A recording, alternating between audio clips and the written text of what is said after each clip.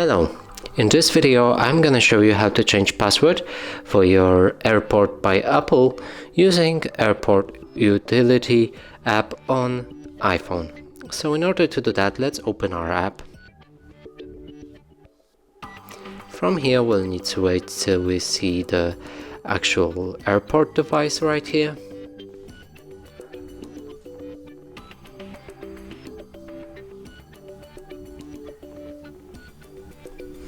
If it doesn't show for a long time, you can try going for your Wi-Fi network. From here find the device and connect to it. Now it should be here. So press on it, go for enter password. You'll need to enter the password. Press OK.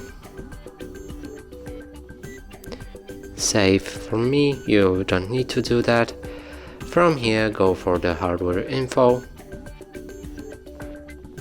or actually go for the network security.